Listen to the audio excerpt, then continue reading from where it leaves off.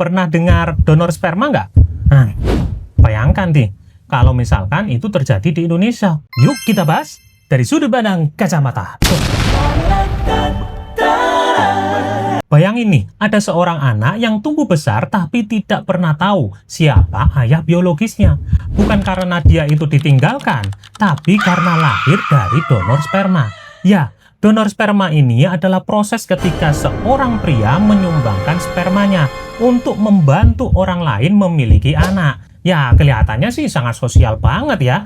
Tapi pada dasarnya ini membuka pintu, ada misalkan penjahat, maling, koruptor, dan lain sebagainya, menyebarkan anaknya. Kalian mau? Nah, jangan sampai hal itu terjadi. Untungnya di Indonesia ini tidak diperbolehkan untuk donor sperma.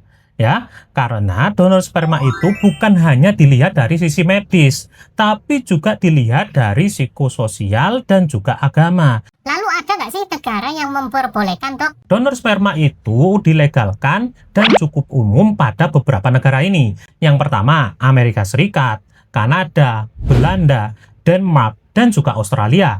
Bahkan ada bank spermanya juga.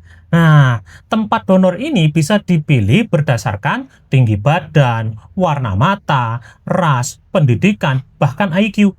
Jadi kalau pengen punya anak di sana itu, nggak punya suami, tinggal ke bank ini ya, bank sperma, dicari nih, oh saya pengen anaknya itu matanya yang agak blue, kemudian rambutnya hitam, IQ-nya itu kalau bisa 250 juta. Nah ini dan ini memunculkan banyak sekali perdebatan etik. Apakah anak itu berhak tahu ayah biologisnya? Apakah donor boleh anonim selamanya? Apakah manusia perlahan mulai memilih genetik seperti memilih produk, memilih anak kayak milih produk kayak tadi?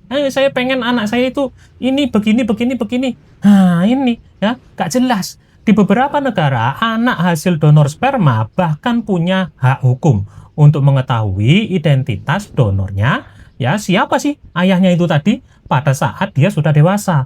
Karena isu ini bukan cuma soal punya anak, tapi juga soal identitas. Kalau menurut kalian, apakah donor sperma itu sebaiknya dilegalkan aja di Indonesia?